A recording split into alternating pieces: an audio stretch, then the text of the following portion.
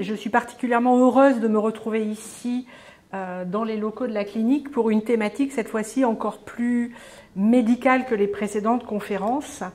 Mais rassurez-vous, je ne vais pas vous parler de ce qui se passe dans la clinique.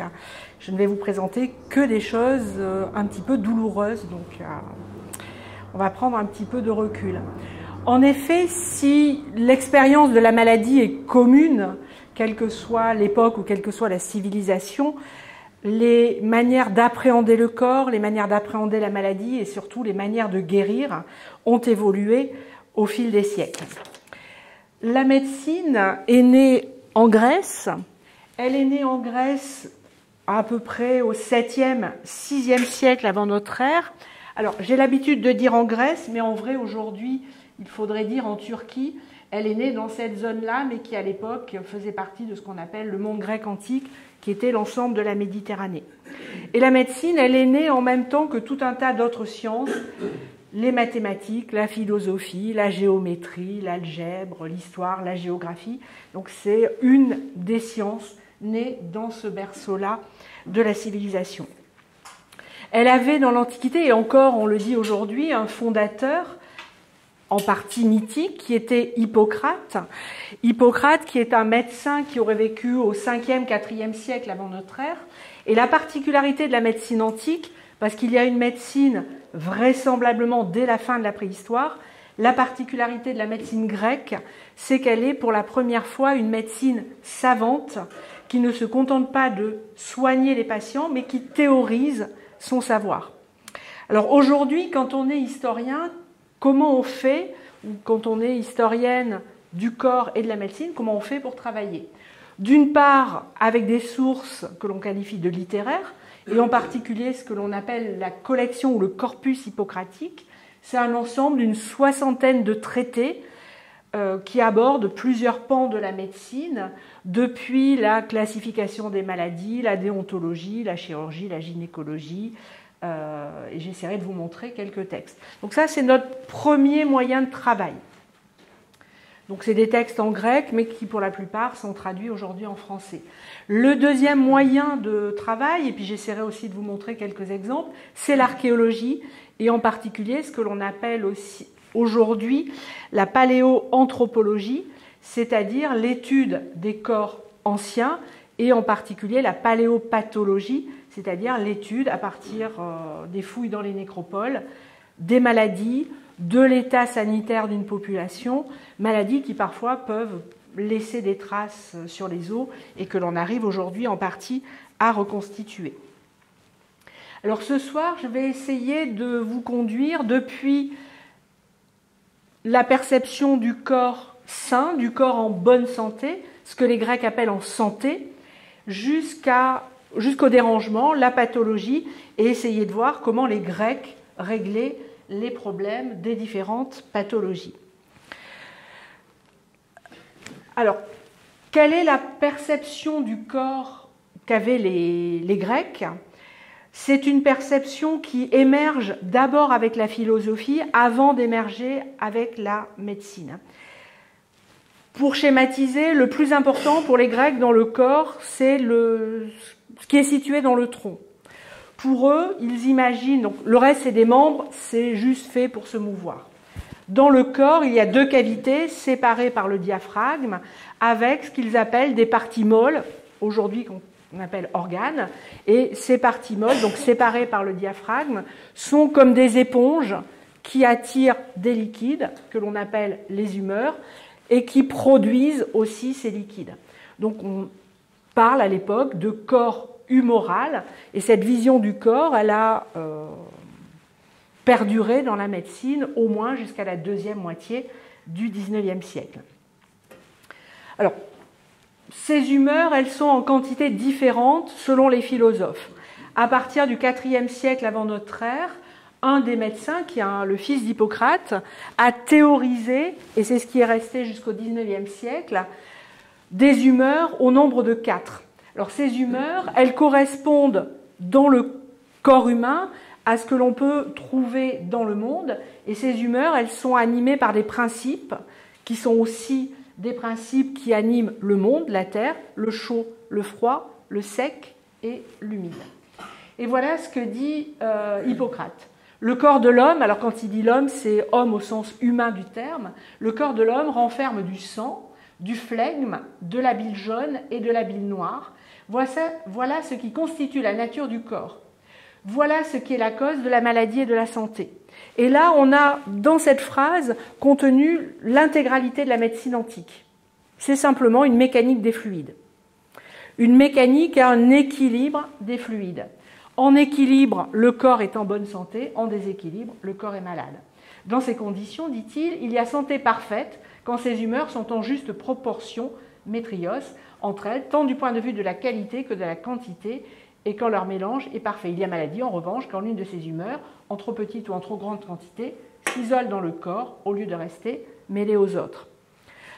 Alors, ce fonctionnement du corps en équilibre, ce système équilibré, c'est ce que les Grecs appellent la crase ou le mélange. Donc l'idée est que dans le corps, il y a un mélange des liquides, une crase, bonne santé, bon mélange, eucrasie, mauvaise santé, mauvais mélange, dyscrasie, c'est le déséquilibre qui apparaît dans le corps humain. Alors comment est-ce qu'il pensait ce déséquilibre qui pouvait arriver? Des choses que l'on retrouve dans nos conceptions modernes de la maladie. Soit la maladie vient de l'intérieur, soit la maladie vient de l'extérieur. Maladie qui vient de l'intérieur, c'est un organe qui se met à dysfonctionner, c'est-à-dire un producteur de liquide qui se met à trop produire de liquide. Par exemple, il considérait que le flegme venait des poumons, donc on se met à avoir des poumons qui agissent trop, donc trop de flegme. Au contraire, par exemple, le sang viendrait du foie, un foie qui dysfonctionne produirait trop de sang, donc déséquilibre, donc maladie. Ça, c'est pour les maladies produites par l'intérieur du corps. On peut avoir, pour les anciens, des maladies produites par l'extérieur du corps. Alors, ça peut être des maladies liées au climat, une météo trop chaude, votre corps monte en température, les liquides cuisent, ça sèche, et vous êtes malade. Au contraire, vous vivez dans un climat trop humide. Pour les Grecs, la Bretagne, c'est un pays de maladie. Trop d'humidité, le corps devient trop humide, forcément, on est malade. Ça peut être une blessure qui fait s'écouler un liquide hors du corps et qui va produire ce déséquilibre. Donc, deux classifications, maladie de l'intérieur ou maladie de l'extérieur. Pour les Grecs, il y a un autre élément qui va intervenir dans la compréhension de la maladie, c'est le sexe et l'âge des individus. Dans leur classification, le corps parfait, c'est le corps masculin. Donc les hommes sont moins malades que les femmes. Les femmes ont un corps déficient par nature, parce que trop humide. Donc elles ont, pour régler leurs problèmes d'humidité, des règles qui les purgent à période régulière. Si peu que ces règles dysfonctionnent, c'est la maladie qui arrive. Donc il y a un remède miracle, c'est la grossesse. Ça, c'est la première cause de déséquilibre dans les maladies. La deuxième cause, ça peut être l'âge. Alors, comment l'âge intervient dans la maladie? L'âge, il est réglé par le moteur interne du corps. Le moteur interne du corps, pour les Grecs, c'est ce qu'ils appelaient la pepsis. Alors, pepsis, c'est un terme grec qui a donné le nom d'un liquide, une couleur un peu sombre. C'est un liquide qui nettoie, qui chauffe. La pepsis, c'est ce qui chauffe, c'est l'idée qu'il y a un moteur interne dans le corps qui chauffe. Et il y a l'idée que quand on naît, on se met à chauffer de plus en plus. À l'adolescence, on atteint la température la plus chaude. Et puis, on se met à bouillonner. Chez les garçons, c'est l'apparition du sperme, par exemple, qui a un bouillonnement des humeurs. Et puis, quand on est adulte, on a une espèce de plafond de température. Et puis, quand on vieillit, la température baisse. Et les médecins disent, c'est pour ça que les vieux ont toujours besoin de s'habiller. C'est parce que leur pepsis est en train de décroître. Et puis, quand la pepsis s'arrête, le corps refroidit, on est mort.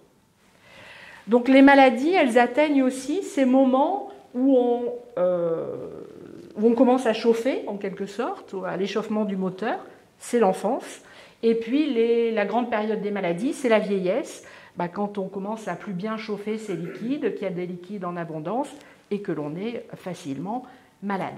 Donc à la fois une mécanique des fluides et puis aussi une mécanique thermique qui anime les corps.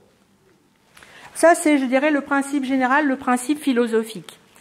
Quand on entre un petit peu dans les détails et quand on regarde quel est le niveau de connaissance qu'avaient les Grecs anciens de l'anatomie. Alors c'est à la fois des connaissances fragmentaires et étendues, justes et fausses. Il y a de tout. Alors, les organes, c'est ce qu'ils méconnaissent le plus. La plupart des organes sont situés. Ils situent bien le foie, la rate, la vésicule biliaire, ils l'identifient. Par contre, ils méconnaissent le fonctionnement. De façon étonnante, dans aucun traité on ne parle de pancréas. Pourtant, c'est quand même un gros organe, mais il n'est jamais repéré dans les textes antiques. Les poumons sont repérés, mais pas la plèvre. Et de ces organes, quand ils sont repérés et placés au bon endroit, on ne connaît pas bien les fonctionnements, si ce n'est de producteurs éventuels des humeurs. Par contre, ce qui est bien connu, c'est tout ce qui relève des os, des muscles et des ligaments. Donc ça, quand on regarde les traités et quand on regarde les thérapeutiques qui sont proposées, il y a plutôt de bonnes connaissances. Une méconnaissance assez grande de tout le système nerveux. En tout cas, parfois certains nerfs sont repérés, mais on ne comprend pas comment ils fonctionnent. Et puis, le système lymphatique est ignoré et la circulation sanguine est ignorée. Donc, et il y a des débats pour savoir d'où vient le sang. Est-ce qu'il est produit au niveau du cœur, au niveau du foie? Donc voilà, à la fois de bonnes connaissances et puis d'autres plus médiocres. Alors qu'est-ce qui peut expliquer ces connaissances partielles de l'anatomie? C'est l'absence de dissection. Les Grecs ne pratiquent pas la dissection, alors absolument pas pour des raisons taboues, absolument pas pour des raisons religieuses. C'est tout simplement quand on pense à la philosophie que j'ai présentée il y a quelques minutes, il n'y en a pas besoin. Puisque ce dont les médecins ont besoin de prendre connaissance, c'est de la quantité de liquide qu'il y a à l'intérieur des corps. Et finalement, comment est-ce qu'on peut savoir ce qui se passe à l'intérieur des corps au niveau des liquides? Il suffit de scruter ce qui sort. Toutes les excrétions du corps sont scrutées. Et puis la plupart des liquides affleurent aussi sous la peau. Donc le sang, on va l'étudier avec la coloration de la peau. C'est la même chose pour la bile, etc. Donc, regarder l'intérieur des corps ne les intéresse pas. Là où ils connaissent bien os, muscles et ligaments, c'est grâce à la guerre. La guerre a, entre guillemets, l'avantage d'ouvrir les corps par les blessures et d'exposer l'intérieur des corps. Donc on se rend compte que ce qu'ils connaissent bien, c'est ce qu'ils voient lors des blessures. Et puis le deuxième élément qui leur fait connaître l'intérieur des corps, c'est leur pratique religieuse, c'est le fait qu'ils sacrifient des animaux. Et en sacrifiant des animaux, ils ouvrent des corps, ils les découpent et ils plaquent souvent le modèle anatomique animal sur le modèle humain. Donc par exemple, il y a des erreurs, là c'est pas un médecin, mais Aristote, quand il parle de la digestion, il plaque la digestion du chien sur la digestion humaine, à part que ça ne colle pas exactement, mais c'est resté un modèle digestif jusqu'au Moyen-Âge. Il y a juste une petite période où les Grecs pratiquent la dissection, c'est pendant une cinquantaine d'années, au IIIe siècle avant notre ère, en Égypte, à Alexandrie. Alors, en Égypte, la raison, c'est sans doute qu'il y a un autre rapport au corps en Égypte, en particulier au corps mort, et une habitude d'extraction de l'intérieur des corps lors de la momification. Donc il y a là la rencontre de deux cultures, la médecine grecque qui se développe à Alexandrie et puis les pratiques funéraires égyptiennes qui font qu'à un moment on a une influence culturelle qui se fait. Et là on a des progrès dans deux domaines. La gynécologie, c'est la première fois où on repère les ovaires. Alors on ne comprend absolument pas à quoi ça sert. Les ovaires sont repérés, sont appelés les jumeaux, c'est le même nom que les testicules, et c'est une manière de plus d'expliquer que le corps féminin dysfonctionne, puisque les femmes ont des testicules qui ne sont pas descendus. Donc c'est l'explication, elles n'ont pas de sperme, et elles ont des règles qui sont un sous-sperme pour les Grecs. Donc ça, c'est la première avancée. La deuxième avancée, c'est sur les nerfs. Donc là, c'est la grande période quand on fait de la dissection à Alexandrie, c'est le repère de tracés nerveux, et c'est surtout une période où on pratique la vivisection, sur des condamnés à mort. Et donc là, on regarde ce qui se passe quand on coupe et que l'on voit que le système nerveux s'arrête ou pas. Donc ça, c'est le deuxième progrès. Puis le troisième progrès de cette ouverture des corps à Alexandrie, c'est le repérage de tumeurs cancéreuses. Et ça correspond aussi à l'époque où on va opérer les premiers cancers. Et puis ça dure 50-60 ans, ça s'arrête. Après, à l'époque romaine, la médecine grecque procédera à des dissections, mais sur des animaux. Et finalement, ça reviendra aux mêmes erreurs que celles qui ont été vues lorsqu'on sacrifie des animaux. Alors, dans ce système, maintenant, une fois qu'on a vu comment ils pensaient le corps, comment ils perçoivent la maladie. Alors, le médecin, finalement, c'est un petit peu comme chez nous. Il y a deux modalités de visite. Soit le médecin fait des visites à domicile, soit le médecin reçoit à son cabinet. Les deux sont pratiqués communément. Le médecin reçoit tout le monde, les hommes, les femmes, les enfants, les esclaves. Il n'y a pas une médecine pour les libres et une médecine pour les esclaves. Du moment qu'on peut payer une consultation, on est reçu par le médecin. Parfois, les cités, c'est-à-dire les États, rémunèrent des médecins, et dans ce cas-là, il y a une gratuité des soins. Tout dépend des époques, et puis tout dépend également des cités. Les médecins, dans leur cabinet, apparemment, sont un peu mieux outillés que quand ils vont à domicile. C'est généralement une pièce de leur maison dans laquelle ils ont leur matériel, et puis une partie des médicaments qu'ils stockent dans leur matériel. Alors, quand on regarde un petit peu comment ils procèdent, la première chose, et c'est Hippocrate qui le dit lui-même, le premier outil du médecin, c'est son propre corps. C'est le corps du médecin qui est la mesure des autres corps. Et il va se servir, et c'est ce que dit Hippocrate, de ses 5 sens. Il faut chercher, je cite, il faut chercher sur ce qu'il est possible de saisir par la vue, le toucher, l'ouïe, l'odorat, le goût, et il rajoute, et par l'intelligence. Donc d'abord on perçoit et ensuite on réfléchit. Alors la vue, le toucher c'est le sens qui est le moins utilisé. On touche assez peu les malades, mais on regarde, on écoute, on sent beaucoup, on renifle littéralement tous les orifices et on goûte, on sent, on regarde tout ce qui sort du corps. C'est des choses que l'on retrouve dans la médecine quasiment jusqu'à la première moitié du XXe siècle. Ensuite, on interroge le malade, ou s'il n'est pas en capacité, on interroge son entourage. On interroge le malade pour connaître son mode de vie, là où il vit.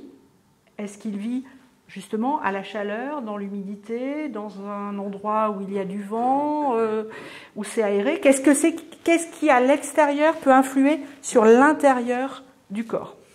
Et une fois qu'on a fait cet interrogatoire ou cet échange, on passe à l'observation, mais c'est simplement dans un deuxième temps. Et voilà ce que dit Hippocrate dans son ouvrage de l'officine du médecin. Alors de l'officine du médecin, c'est un traité pour les jeunes médecins pour leur apprendre à recevoir un patient et à l'ausculter. Examiner dès le début les ressemblances et les dissemblances avec l'état de santé, les plus considérables par leurs effets, les plus faciles à reconnaître et celles qui fournissent tous les moyens d'observation. Rechercher ce qui peut se voir, se toucher, s'entendre. Enfin, ce qui peut se connaître par tous nos moyens de connaissance. Donc, ce qui veut dire que si le malade n'est pas en capacité de dire comment il était avant, on utilise beaucoup l'entourage. Et dans les traités médicaux, on trouve beaucoup cette présence de l'entourage auprès du malade qui peut témoigner en quelque sorte de cet état antérieur que le médecin, forcément, ne connaît pas. Et ensuite, Hippocrate poursuit, alors c'est dans un autre traité, par où on commence. On commence toujours de la même façon, quelle que soit la raison pour laquelle le malade vient consulter. que ce soit pour une douleur au pied ou une fièvre ou autre, il y a toujours la même ligne directrice. Dans les maladies aiguës, le médecin fera les observations suivantes. Il examinera d'abord le visage du malade et verra si la physionomie est semblable à celle des gens en santé. Donc toujours pareil, la comparaison. Mais surtout si elle est semblable à elle-même. Donc comparaison en général et comparaison au malade lui-même. Ce serait l'apparence la plus favorable et plus elle s'en éloignera, plus le danger sera grand. Les traits ont atteint le dernier degré d'altération quand le nez est effilé, les yeux enfoncés, les tempes affaissées, les oreilles froides et contractées, les lobes de l'oreille écartés, la peau du front sèche, tendue et aride, la peau de toute la face jaune ou noire, ou livide ou plombée.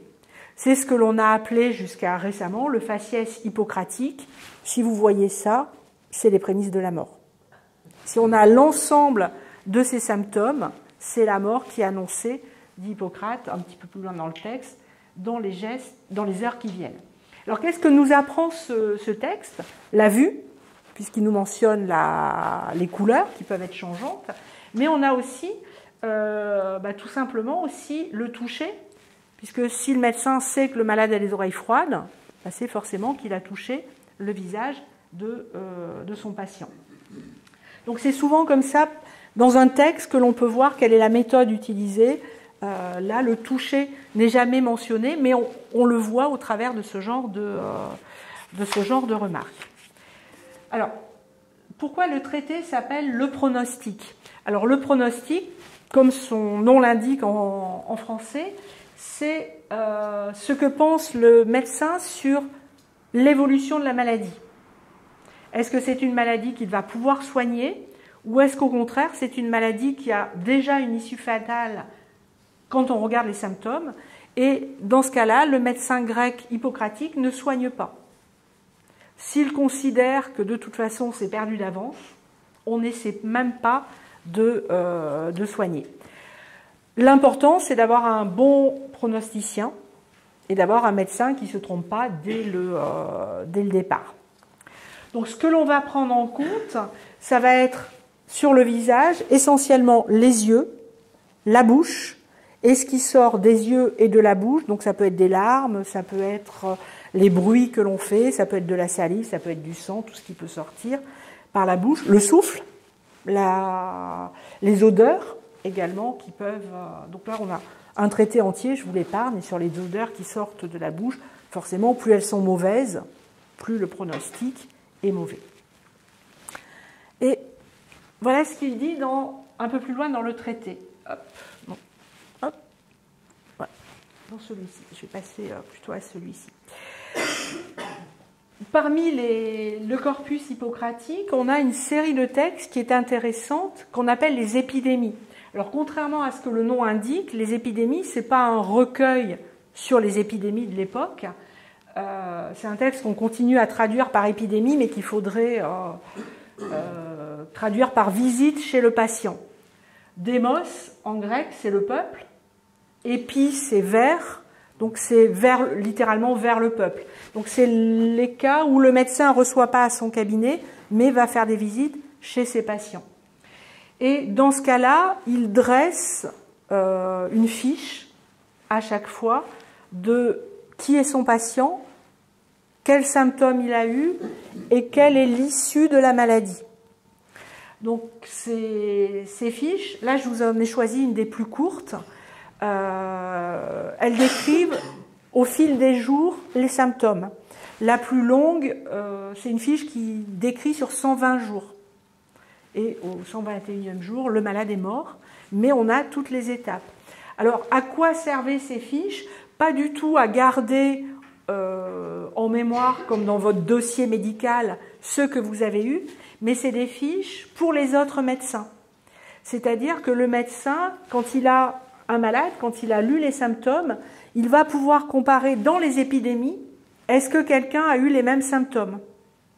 Et quelle a été l'issue chez cet autre malade? Donc c'est à la fois un manuel d'apprentissage pour les jeunes médecins et puis aussi de comparaison pour les médecins en poste. À Larissa, un homme chauve éprouva subitement une douleur dans la cuisse droite. Aucun des remèdes qu'on lui administra le soulagea. Premier jour, fièvre aiguë ardente. Il n'avait point d'agitation. Les souffrances persistaient. Deuxième jour, la douleur de la cuisse diminua à la vérité, mais la fièvre prit de l'intensité. Le malade avait du malaise. Il ne dormait pas, extrémité froide. Il rendit une grande quantité d'urine qui n'était pas favorable. Troisième jour, la douleur de la cuisse cessa, mais il y eut dérangement de l'intelligence, trouble et beaucoup d'agitation. Quatrième jour, vers le milieu de la journée, il mourut. Conclusion, maladie aiguë.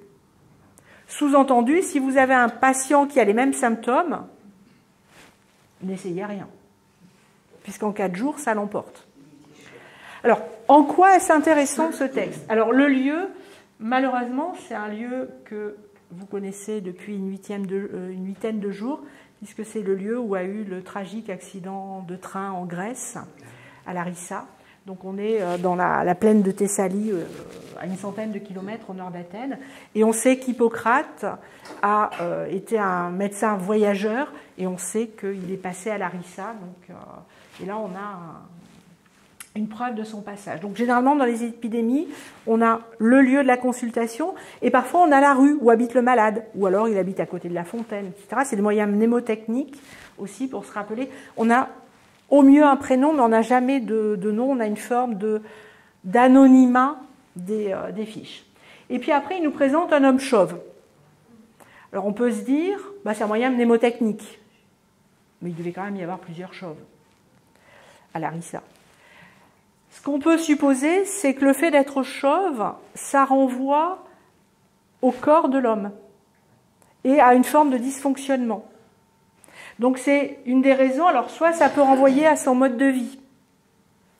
Pour les médecins, souvent, le fait de la calvitie, c'est le signe de l'hypersexualité. Parce qu'on échauffe le corps, les pores de la peau s'ouvrent, les cheveux tombent. Je vous laisse réfléchir à cette hypothèse. Ça peut être également un signe de maladie. Une maladie de peau qui fait s'ouvrir les pores de la peau et puis les cheveux qui tombent. Voilà, il peut y avoir plusieurs raisons. Vous remarquerez qu'on n'a rien sur la douleur. Pourquoi c'est venu? Comment c'est venu? Est-ce qu'il s'est blessé? Il a mal un jour et à la cuisse droite. On n'a rien sur les remèdes. Le médecin l'a soigné, mais on ne sait pas comment et rien n'a fonctionné. La fièvre, vous avez la difficulté de qualifier la fièvre quand on n'a pas d'instrument de mesure. Elle est aiguë, ardente. Donc là, par contre, on a à nouveau sans doute le signe d'un corps qui a été touché pour savoir qu'il est très chaud. Les souffrances, elles sont mentionnées à 3 reprises dans le texte. Jamais n'est mentionné le fait qu'elles sont soignées. La souffrance, généralement, n'est pas un symptôme à soigner, c'est un symptôme révélateur. Donc, on évite même de la soigner. Et certains traités disent que ça aide le médecin dans certains soins. On verra tout à l'heure avec la chirurgie que là, quand même, on est un peu obligé de soigner la souffrance.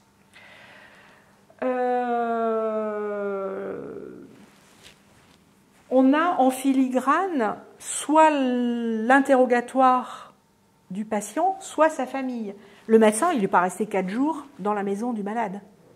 Mais par contre, il sait qu'il ne dort pas, il sait qu'il est agité, et puis vu l'agitation, on peut supposer que c'est plutôt son entourage qui a parlé des symptômes que lui, puisqu'à la fin, il n'a plus du tout sa raison et qu'il divague totalement. Et puis l'élément de l'intérieur du corps, ici c'est l'urine. Quand on nous dit elle n'est pas favorable, on ne sait pas, est-ce qu'elle sent mauvais, est-ce qu'elle a la mauvaise couleur, les mauvaises quantités. Voilà, mais en tout cas, elle n'a pas les bons signes. Et puis, un des signes souvent qui est pris, c'est le dérangement de l'intelligence. Le grec, c'est mania, c'est les prémices de la folie. Souvent, quand on a des fiches, quand la folie arrive, c'est trop tard. Quand l'esprit est dérangé, on ne peut plus rien faire. Alors, pour investiguer quels sont les moyens du médecin. Là, on a vu, il y a tout ce que l'on entend, tout ce que l'on voit, tout ce que l'on sent, tout ce que l'on touche. Et on connaît ces moyens d'investigation essentiellement par l'archéologie. Un petit peu, vous avez vu en filigrane dans les textes. Là, c'est la stèle funéraire d'un médecin qui s'appelait Jason. et qui a vécu à Athènes au IIe siècle de notre ère, donc sous domination romaine. Et là, on a à gauche le médecin, un homme, alors qui est toujours présenté avec une posture impressionnante, il est barbu, il porte un beau manteau, il est assis sur un siège que l'on a très régulièrement pour ce type de praticien. Et il a devant lui un petit personnage dont aujourd'hui on ne sait pas bien, il a des traits du visage un peu particuliers, donc certains l'identifient comme un esclave, d'autres comme un enfant. Il n'a pas l'air quand même en très bonne santé, il a le ventre un peu gonflé, si vous regardez on voit ses côtes sur le côté, et le médecin c'est une des rares scènes où on a de la palpation. On a l'impression à la fois qu'il a une main dans le dos et puis une main sur l'avant du corps. Donc une scène qui peut paraître réelle, et puis on a un immense instrument à côté, c'est une ventouse. Alors, c'est pas une ventouse réelle, parce que là on aurait du mal, on aspirerait le corps tout entier si on utilisait de telles ventouses. La ventouse sur une stèle funéraire, c'est une sorte d'indicateur pour dire médecin. Donc c'est l'instrument typique de la médecine. Donc on n'a même pas besoin de lire l'inscription en bas pour savoir que cette stèle funéraire, c'est celle d'un médecin dont l'instrument de soin le plus courant, c'est la ventouse. Alors c'est le côté un peu particulier, c'est qu'il y en a un qui a l'air en très mauvais état, mais finalement celui qui est mort, c'est celui qui soigne. Alors qu'est-ce qu'on a d'autre comme instrument? Pas grand-chose. Quelques clistères pour regarder l'intérieur des corps et quelques spéculums, mais qui sont assez peu documentés, que l'on ne connaît que par l'archéologie et qui ne sont jamais mentionnés dans les textes. C'est le côté paradoxal. Alors je vous ai mis ceux qui font le moins peur. Ces instruments-là, généralement, sont améliorés, je pense par exemple au spéculum ou à d'autres machines. C'est souvent des instruments qui sont améliorés par des mécaniciens. Le terme grec qui est utilisé, c'est mécanicien. Et ils interviennent dans un autre domaine. Ils ont souvent une double spécialité. C'est des spécialistes des machines de guerre. Par exemple, l'invention des catapultes à torsion, à partir du moment où on a voulu faire des catapultes plus petites, on a été obligé de réfléchir à des systèmes de ressorts, de vis, et on s'est dit, si on peut réduire certains instruments, peut-être qu'on peut les réduire encore plus, et cette mécanique-là, on peut l'utiliser pour regarder l'intérieur des corps, mais c'est des instruments que l'on a finalement assez peu, et par exemple, pour tous les instruments qui permettent de regarder à l'intérieur des corps, on n'a jamais de mention de lumière. Donc, ce qui veut dire qu'à la rigueur, on peut un petit peu regarder, mais si on n'utilise pas de lumière, on ne voit pas grand-chose. Toujours pareil, parce qu'on ne cherche pas à voir. Alors ensuite, une fois la maladie installée, qu'est-ce que les médecins peuvent faire si on est allé au-delà du pronostic qui est mauvais et qu'on ne tente rien de faire? Le principe de la médecine antique, c'est ce que les Grecs appellent l'allopathie, mais pas au sens contemporain du terme. L'allopathie, avec le vrai terme grec, c'est le principe des contraires. On soigne par les contraires. Voilà ce que dit Hippocrate. Les contraires sont les remèdes des contraires, car la médecine est supplément et retranchement. Retranchement de ce qui est en excès, supplément de ce qui est en défaut. Qui remplit le mieux cette double indication est le meilleur médecin. Donc un médecin, c'est quelqu'un qui vide et qui remplit. C'est simple, c'est le principe de la mécanique des fluides. On rajoute ou on enlève. Jusque-là, ça semble assez simple. Ensuite, il y a une gradation dans la médecine. On commence d'abord par de la diététique, puis de la pharmaceutique et en dernier recours, de la chirurgie.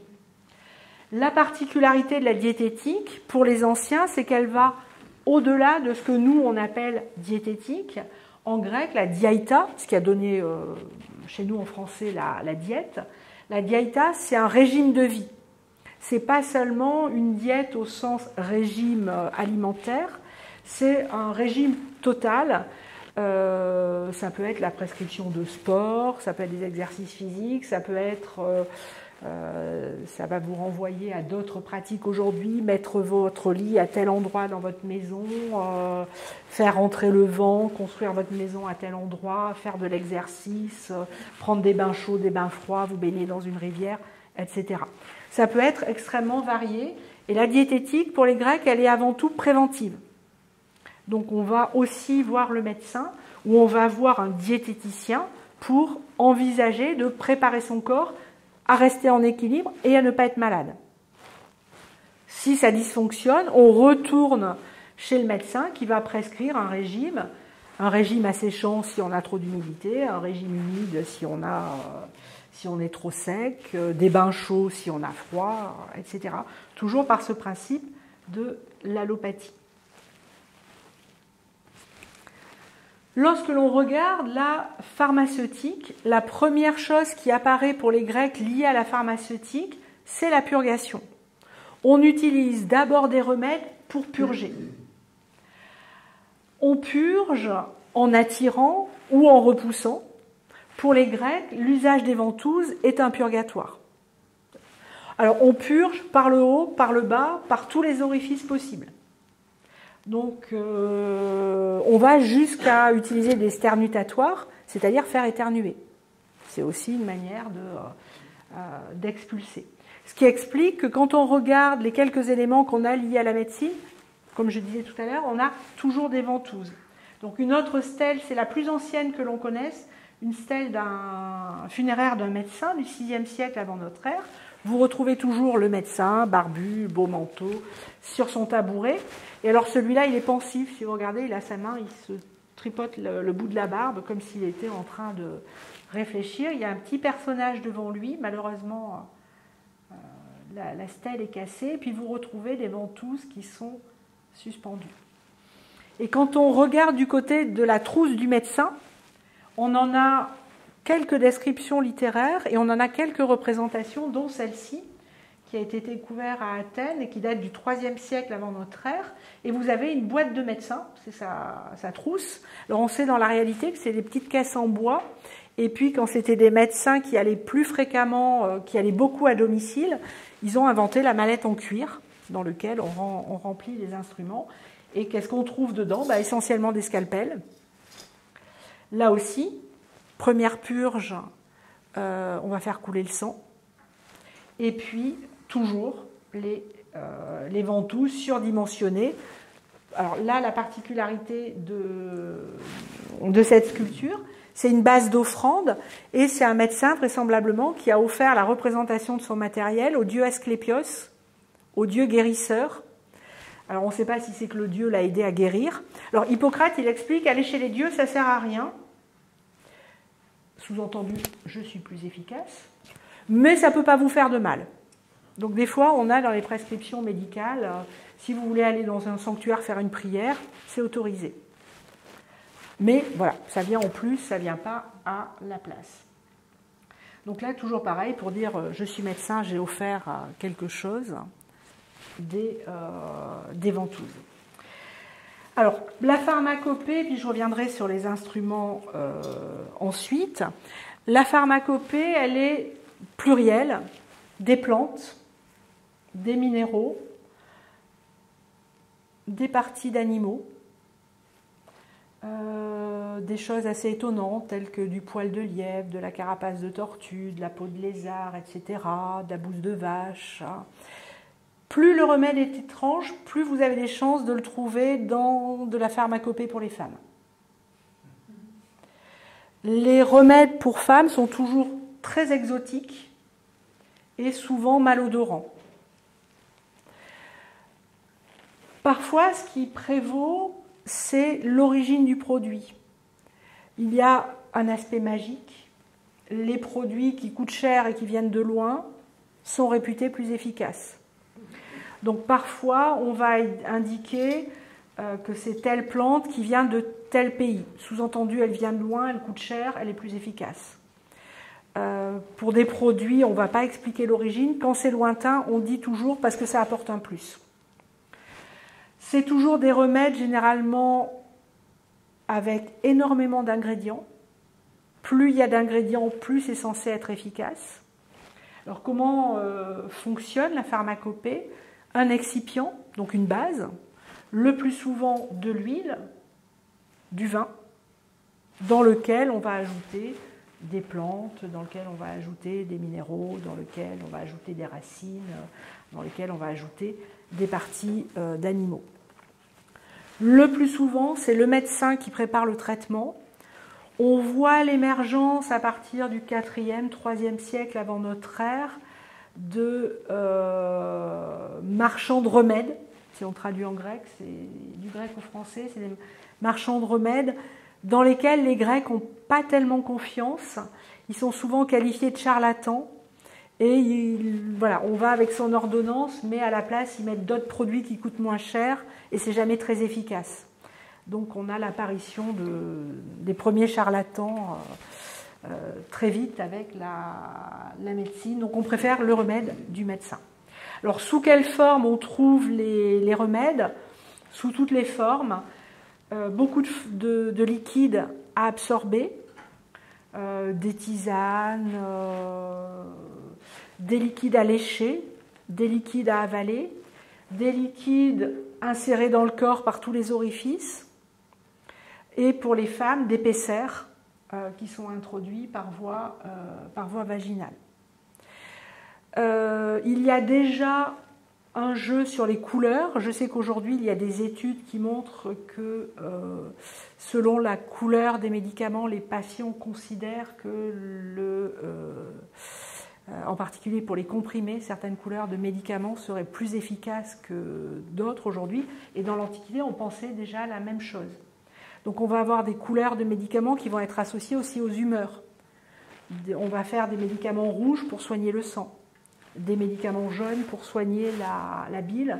Donc on joue aussi sur la couleur. On ne va pas forcément choisir une plante pour ses vertus, mais pour sa couleur, en lien avec l'humeur à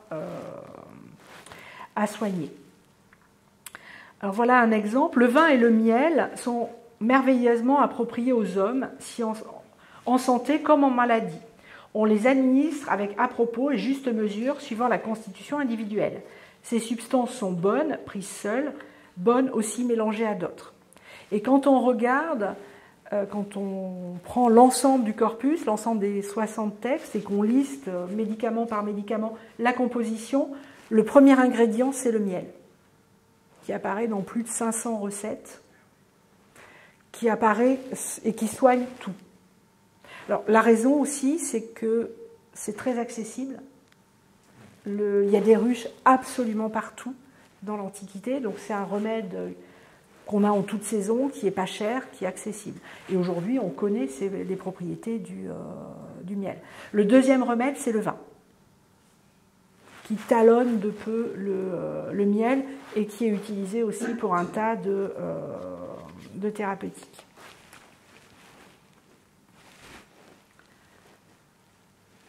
Ensuite, si les remèdes n'ont pas suffi, il faut passer au troisième niveau, la chirurgie. Alors la chirurgie, malheureusement, on ne la connaît pas tellement par les textes. Alors il y a 7 traités d'Hippocrate qui sont consacrés à la chirurgie, ils sont quasiment tous perdus. Donc on ne les connaît que par fragments. La chirurgie, on la connaît bien par l'archéologie, par les instruments qui ont été retrouvés. On la connaît par les traces laissées par les instruments sur les ossements. Quand on fouille, aujourd'hui, on peut parfois repérer des traces d'instruments ou des traces de guérison de certains os. Et ce que l'on retrouve le plus, c'est des scalpels. Alors là, de toutes les formes, de toutes les tailles. Ce que je vous ai mis de cette partie-là, ce n'est pas des objets archéologiques qui ont été retrouvés en très bon état, c'est des objets qui sont exposés au musée des techniques à Thessalonique et qui ont été refaits à partir d'objets découverts dans les fouilles. Et si vous réfléchissez, si certains d'entre vous étaient là pour la conférence du docteur Lecam le mois dernier, si vous pensez aux objets qu'il a montrés qui étaient embarqués sur les bateaux, c'est exactement les mêmes, il en manque un. Le tire-balle. Tout simplement parce qu'on n'avait pas encore inventé l'artillerie. Donc, sinon, les objets sont les mêmes, voilà, de toutes les formes, de toutes les tailles, pour toutes les mains de chirurgiens. Alors, voilà à peu près, si on regarde un petit peu du côté du vocabulaire, on retrouve les mêmes choses que dans l'archéologie. Parfois, le scalpel est aussi... ce qu'on a par exemple sur le précédent, voilà, on va avoir une extrémité, donc on a une extrémité qui coupe, et puis on a une extrémité qui permet aussi de préparer les pommades et tout de suite de passer la pommade. Alors bien sûr, on ne nettoie pas ouais. C'est des questions qui ne se posent pas. Donc là, le matériel a assez peu évolué. Là, je vous ai mis un ensemble qui a été découvert à Pompéi. Alors, je fais un petit saut en Italie parce que c'est le matériel d'un médecin grec. À Rome, on pratique la médecine grecque. Et là, on est sur du matériel du 1er siècle de notre ère. C'est la même chose, hein, à part que la trousse est plus complète. On coupe, on tire. Donc, il y a essentiellement des pinces et des éléments pour couper. On évite, et même Hippocrate dit qu'il faut éviter, parce que c'est difficile, voilà ce qu'il dit des chirurgiens. Alors, dans le monde grec, jusqu'au tournant de notre ère, quand je dis chirurgien ou médecin, c'est synonyme. Ce sont les mêmes qui passent de la diététique à la pharmaceutique ou à la chirurgie, selon le malade qu'ils ont devant eux. Il faut attendre le tournant de notre ère pour qu'il y ait une forme de spécialisation et que certains chirurgiens se spécialisent. Mais jusqu'à la fin de l'Antiquité, le médecin est chirurgien et le chirurgien est médecin, à part quelques rares cas. Et voilà ce qu'on dit de la chirurgie. Les médecins coupant, brûlant, torturent leurs malades. Donc, tout simplement parce que pas d'anesthésie et peu de traitement de la douleur. Donc le médecin lui-même est conscient qu'il fait autant de bien que de mal. Et voilà ce qu'on trouve dans les aphorismes. Ce que les remèdes ne guérissent pas, sous-entendu ce que la pharmaceutique ne guérit pas, le fer le guérit. Ce que le fer ne guérit pas, le feu le guérit. Ce que le feu ne guérit pas peut être considéré comme incurable. Donc là, on a à chaque fois une gradation. Alors, la douleur, il y a quand même, c'est le seul domaine où on la voit mentionnée, c'est pour la chirurgie. Ils connaissent les narcotiques, les pavots, la jusquiame, la mandragore, la belladone. C'est très peu utilisé. Vraisemblablement, les chirurgiens de guerre les utilisent, c'est à peu près les seuls à les utiliser. C'est une chirurgie essentiellement osseuse. C'est une chirurgie de surface. On débride et on recoue les plaies. Il faut attendre le IIIe siècle avant notre ère et la fameuse période de dissection à Alexandrie pour qu'on commence à faire une chirurgie à l'intérieur des corps. On va chercher à sortir des tumeurs cancéreuses. Et par contre, ce qu'ils maîtrisent bien à partir d'Alexandrie et du IIIe siècle, c'est la chirurgie ophtalmologique. Donc c'est à partir de là où on opère des cataractes. Sinon, alors en même temps avec ces instruments-là, on n'a pas très envie. Mais voilà, sinon c'est vraiment de la chirurgie, de la traumatologie. Voilà, aujourd'hui on appellerait ça de la traumatologie. La première des chirurgies pour les Grecs, avant la traumatologie, c'est la saignée. Ils classent la saignée dans la chirurgie. Et quand on regarde les gestes effectués, ici je vous ai mis c'est un tout petit vase, c'est un petit vase qui tient aujourd'hui dans la paume de la main. C'est un vase qui s'appelle un aribal. Un aribal, c'est un petit vase qui contient de l'huile. Alors soit c'est l'huile qu'on amène avec soi quand on va au gymnase pour soindre le corps, mais c'est aussi un petit vase, un petit contenant à médicaments. Donc c'est sans doute la raison pour laquelle sur le contenant à médicaments, on a une scène de saignée avec un grand récipient. Donc on peut supposer que c'est quand même pas cette totalité de sang qu'ils veulent remplir. Mais là, il y a un clin d'œil parce que ce vase-là, c'est le vase qui d'habitude est utilisé par les athlètes pour se laver. Donc il y a sans doute un clin d'œil du peintre entre le vase pour l'athlétisme et puis le grand vase. Alors c'est de l'humour de peintre grec, hein, c'est pas toujours très drôle. Et puis là, on a la totalité du cabinet. Et puis, on a une chirurgie. Et aujourd'hui, c'est encore un petit peu le cas. Il suffit de regarder quelques séries télé pour voir cette forme de mise en scène. Ben, il y a des spectateurs. La chirurgie, on vient la voir. Et donc là, on a un homme. Alors, on ne sait pas si c'est le patient suivant qui regarde ce que l'on fait au patient précédent. Mais voilà, il y a toujours des spectateurs qui sont là dans nos scènes et vous retrouvez les fameuses ventouses qui sont suspendues dans le cabinet du médecin. Toujours le même siège. Là, on a un jeune médecin, il n'est pas barbu. Voilà. Et là, on a une saignée au creux du bras. Dans les textes, on voit des saignées mentionnées au niveau des cuisses et des saignées sous la langue également qui sont mentionnées. Alors, ce que l'on connaît de mieux ensuite, c'est tout ce qui va ressortir de la mécanique, qui est rangée par les Grecs au niveau de la chirurgie. Au moment où les Grecs ont beaucoup travaillé justement sur les machines de guerre, ils ont utilisé leur technique pour perfectionner les machines qui servent à réduire les fractures et les luxations. Donc là, vous avez ce que l'on appelle le banc d'Hippocrate, qui est un banc donc, sur lequel on attache le malade et que l'on peut activer. Vous avez alors là, c'est un dessin d'époque médiévale qui reprend le banc hippocratique antique. Et là, c'est une machine qui est utilisée jusqu'au XVIIIe siècle. Et vous avez donc des manivelles qui permettent donc de pratiquer les extensions des différents membres. Et puis, vous pouvez avoir des pratiques plus simples, là aussi, qui sont présentées comme... chez Hippocrate comme des réductions de fractures ou de luxations.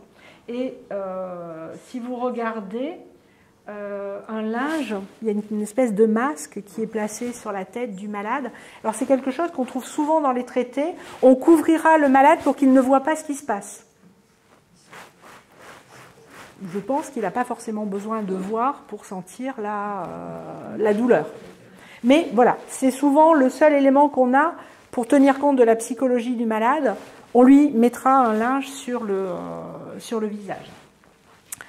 Quand on entre du côté de la chirurgie, on va trouver soit des accidents du travail, soit de la chirurgie de guerre. Et quand on regarde dans le corpus hippocratique, il y a 4 fois plus de cas chirurgicaux pour les hommes que pour les femmes. Il y a très peu de chirurgie pour les femmes. C'est essentiellement des hommes qui se sont blessés au gymnase, donc des chutes d'athlètes. On pratiquait comme épreuve athlétique la boxe, la lutte, donc toutes les chutes que l'on peut faire et tous les coups que l'on peut prendre. Accident du travail, là c'est essentiellement des chutes. On a beaucoup de chutes de toit ou chutes d'échelle. Et puis la guerre. La guerre, c'est la grande pourvoyeuse de blessures dans l'Antiquité. Et c'est la grande pourvoyeuse de chirurgie. Le chirurgien se forme d'abord comme chirurgien de guerre. Ceux qui sont bons sont allés à la guerre. Alors c'est aussi une chirurgie qui va viser certaines parties du corps.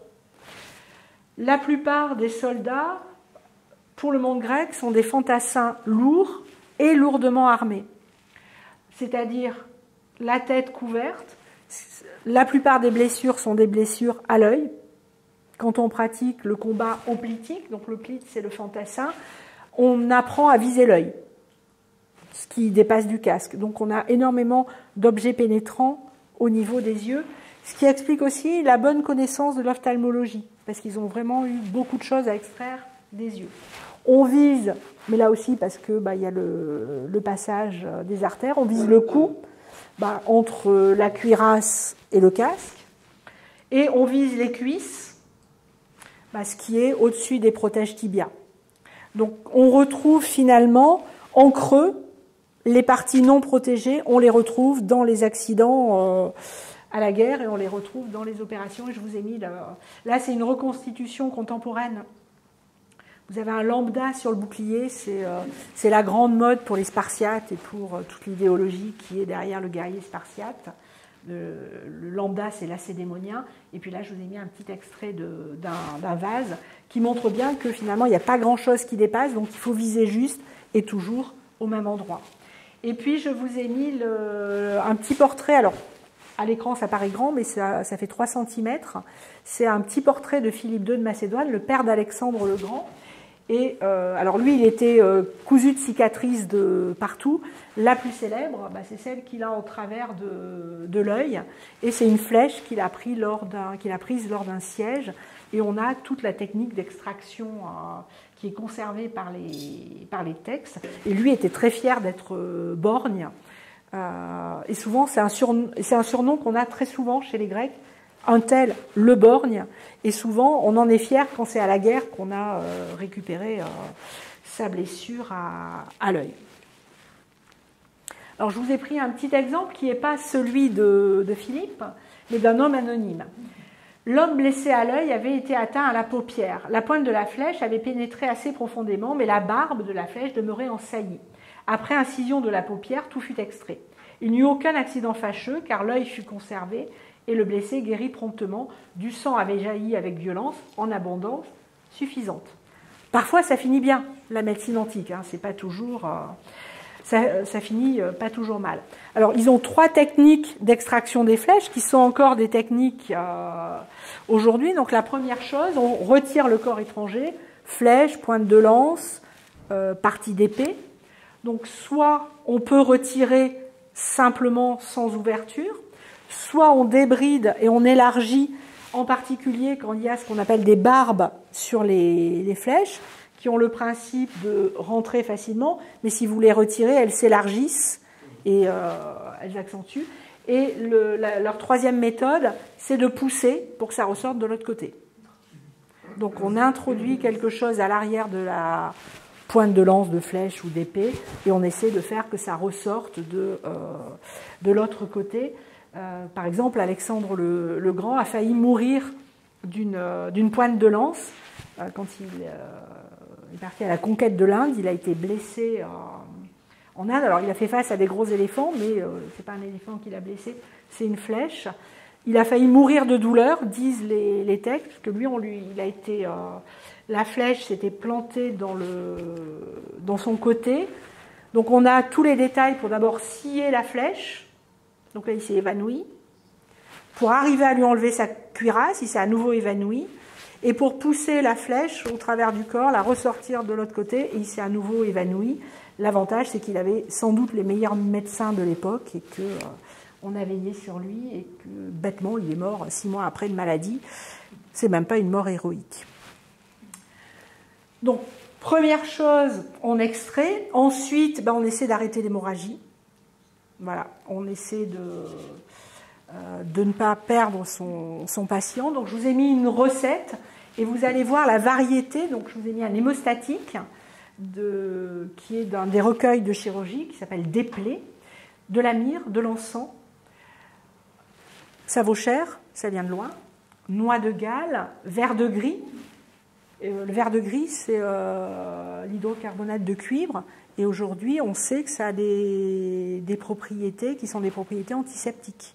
Donc, ce n'est pas juste des recettes au hasard. Fleur de cuivre, de la lin d'Égypte grillée, de l'oignon, donc une plante, des flocons de laine pleins de suin, galène, sulfure de plomb, là aussi. Ça a été longtemps utilisé en médecine pour les propriétés antiseptiques. Donc, vous prenez tous ces produits à part égale, délayage dans du vin, comme précédemment, sous-entendu dans la recette précédente, et le reste de la préparation selon les mêmes procédés. Donc, les hémostatiques sont à peu près toujours avec les mêmes produits, du lointain, du minéral, et puis la base la plus fréquente, c'est du vin. Vous aurez remarqué qu'il y a un élément dont je ne parle qu'en troisième partie, c'est la désinfection, parce que pour les Grecs, elle vient après. On ne désinfecte pas avant, on s'occupe d'extraire sans désinfecter, on arrête le sang et ensuite on désinfecte avant de faire les bandages. Donc la technique des bandages, elle est bien maîtrisée. Elle est maîtrisée avant même Hippocrate. Ici, vous avez le fond d'une coupe où vous avez 2 guerriers qui sont encore en tenue de guerrier, l'un soignant l'autre. Celui de droite, c'est un héros de la guerre de Troie, c'est Achille, qui est en train de soigner son ami Patrocle. Et si vous regardez, le peintre a joué sur les couleurs. Ce qui vient tout de suite à notre œil, c'est le blanc du bandage. Et si vous regardez, il y a une vraie technique du bandage qui semble bien maîtrisée. Alors, contre l'infection, le plus souvent, la meilleure technique pour les Grecs, c'est le feu. C'est la fameuse cautérisation, on brûle, souvent en préventif, pour être sûr que ça ne s'infecte pas. Quand on regarde un petit peu du côté des résultats, on meurt peu directement sur le champ de bataille, à peu près 10% meurent immédiatement. Quand on regarde par contre, la plupart meurent dans la semaine qui suit. Si on regarde les traités, c'est 4 morts sur 5. 4 morts sur 5 malades soignés. Et alors, ils ne meurent pas le plus souvent de la blessure en elle-même, ils meurent d'infection. Mais ce qui est assez compréhensible. Il y a des chiffres qu'on connaît bien pour une autre période de l'histoire, c'est la guerre de sécession aux États-Unis au XIXe siècle, où là on a beaucoup de traités chirurgicaux, et c'est les mêmes proportions. 4 blessés sur 5 meurent dans la semaine qui suit. Parfois, c'est dans les mois qui suivent. On a quelques grands généraux antiques. C'est ceux dont on arrive à suivre la vie. Monsieur Tout-le-Monde, qui meurt à la guerre, généralement, on ne le sait pas. Mais on a quelques grands généraux dont on sait qu'ils sont morts X semaines ou X mois après, généralement de gangrène ou d'infection. Alors, qu'est-ce qu'on peut faire dans ce cas-là ? Eh bien, on pratique des amputations également. On voit apparaître les premières amputations au 7e siècle avant notre ère, avant les théorisations d'Hippocrate. Les médecins n'aiment pas les pratiquer. Ils disent qu'on peut tenter les amputations des membres supérieurs qui sont considérées comme moins dangereuses que celles des membres inférieurs. Et aujourd'hui, c'est attesté par l'archéologie. Quand on a des cas de squelettes, entre guillemets, amputés, et qui ne sont pas morts immédiatement, c'est-à-dire avec consolidation de l'os, ceux pour lesquels ça a marché, c'est essentiellement les membres supérieurs, on en a peu pour les membres inférieurs. C'est les quelques cas où on a des mentions de prise en compte de la douleur, le médecin disant que, d'ailleurs, quand ces malades meurent, ils sont morts pendant l'opération de douleur. On a ces mentions chez Hippocrate.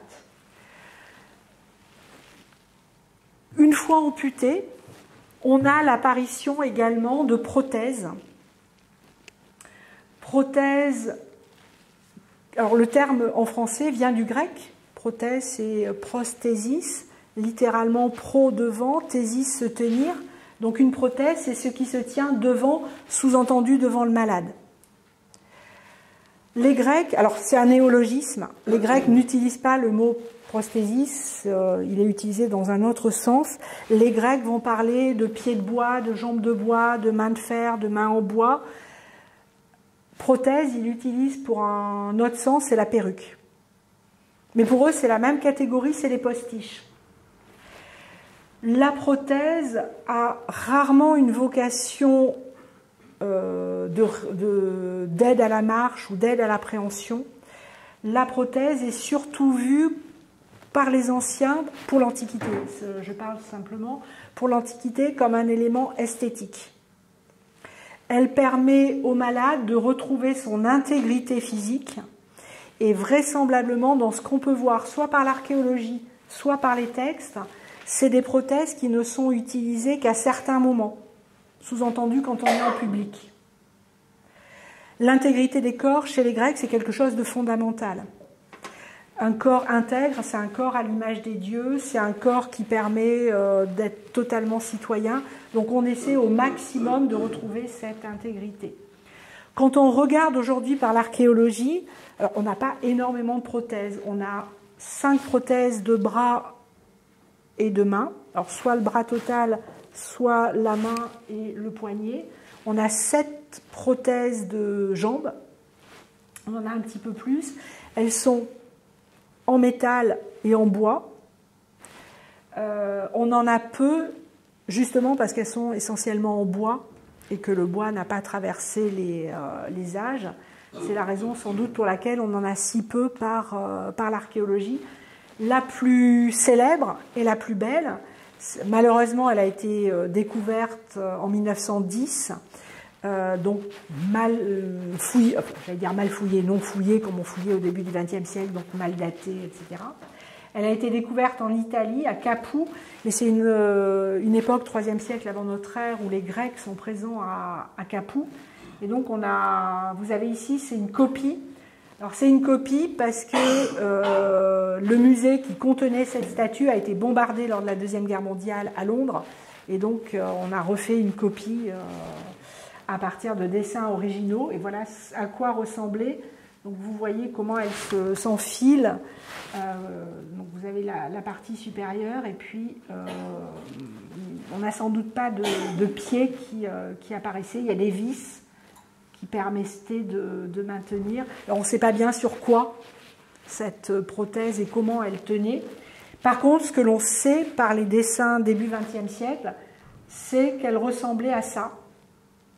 Elle ressemblait à une cnémide. Alors pourquoi est-ce qu'elle ressemblait à une cnémide et qu'on ne lui a pas fait une jambe qui ressemblait à une jambe à cet homme? Tout simplement, on lui a fait une jambe. Hop, je me suis perdu mon guerrier, pardon. Oui, mon guerrier. Voilà. On lui a fait une jambe qui ressemble à une jambe de soldat. On lui a fait une belle jambe. D'où sans doute cet aspect esthétique, c'était sans doute douloureux pour la marche, mais voilà. Ce qui a laissé supposer aux archéologues du début du XXe siècle qu'on avait soit affaire à un soldat, soit un gladiateur, en tout cas quelqu'un qui voulait redevenir, entre guillemets, un vrai homme et en avoir l'apparence. Et puis, je terminerai sur un vase. Alors, c'est un vase qui est souvent utilisé quand on parle de prothèse. Alors, c'est un vase du IVe siècle avant notre ère, donc c'est une céramique qui est produite en Italie du Sud et qui imite les céramiques athéniennes.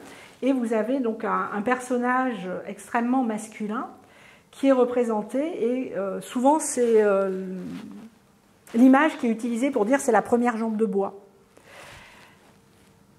Sans doute que non. Donc là vous avez, ce qui moi me fait dire que c'est sans doute pas l'image de la première jambe de bois, c'est cette partie-là du corps du personnage qui est quand même un peu surdimensionnée. Et donc, quand vous regardez la tête du personnage, il a quand même une drôle de tête, il a des oreilles étranges. Donc c'est sans doute un satyre avec un aussi grand sexe. Donc on peut supposer que c'est un personnage de théâtre. Par contre, ça nous renseigne quand même sur les jambes de bois. Parce que c'est un personnage de théâtre qui est grimé en personnage qui a une jambe de bois. Donc s'il est grimé en personnage qui a une jambe de bois, ça veut dire que les jambes de bois sont assez communes, mais en même temps qu'elles font rire. Puisque c'est un théâtre en Italie du Sud qui n'est que de la comédie. Donc vraisemblablement, là, on se moquait de ceux qui avaient des jambes de bois. Alors en conclusion, je terminerai avec un texte. D'une part, vous dire que cette médecine antique, elle a perduré. Elle a perduré d'abord à Rome, avec un grand médecin qui est Galien, qui a repris les théories hippocratiques et les a un peu transformées. Elle est venue à nous jusqu'au XIXe siècle, par le biais de la médecine arabe. Les textes grecs sont passés dans notre médecine par le biais de la médecine arabe et avec les invasions arabes au Moyen-Âge, la médecine grecque est venue dans les bagages des conquérants arabes qui l'ont réintroduit en Italie puis en Europe du Nord. Elle a été enseignée dans les facultés de médecine jusqu'au XIXe siècle. Le XIXe siècle, c'est la grande période de traduction d'Hippocrate. C'est un médecin qui s'appelait Émile Littré qui le premier fait traduire Hippocrate avec l'idée qu'un bon médecin est celui qui théoriquement maîtrise le grec et le latin, et Littré dit qu'à son époque ses élèves sont déjà très mauvais, que c'est plus les élèves d'avant puisqu'ils ne maîtrisent pas le grec et le latin. C'est toujours de toute façon ce que disent les enseignants, c'est que la génération de leurs étudiants, c'est jamais la génération d'avant. Déjà Littré se plaignait de ses étudiants en médecine. Et donc pour lui, un bon médecin, c'est celui qui connaissait la médecine hippocratique. Et je terminerai sur ce texte parce que, à m'entendre, vous avez dû vous dire que cette médecine, elle ne devait pas être très efficace, elle devait être douloureuse, mais il y a quand même des patients qui sont contents de leur médecin. Donc peut-être une idée si vous êtes content du vôtre. Donc je terminerai par une petite poésie qui est une poésie qui était en grec, qui date du début de notre ère. Et c'est un homme qui dédie un poème à son médecin. J'étais paralysé depuis les reins jusqu'au bout des pieds et depuis longtemps privé de ma vigueur passée. Donc là, je vous laisse imaginer quelle vigueur. Entre la vie et la mort, bien près d'entrer chez Hadès. Je n'avais que le souffle et pour tout le reste, je n'étais plus qu'un cadavre. Mais l'habile Philippe, son médecin, que vous voyez sur ce tableau, donc en plus d'un poème, il lui a dédié un tableau, m'a rendu la vie en me guérissant de cette cruelle maladie, redevenu Antonin, donc il n'est plus cadavre, il a retrouvé sa vie et son nom. Comme autrefois, je foule le sol de mes pieds, je marche et de tout mon corps, j'ai retrouvé l'usage de mes sens. Merci à ce médecin qui a remis Antonin sur pied et merci à vous de m'avoir écouté.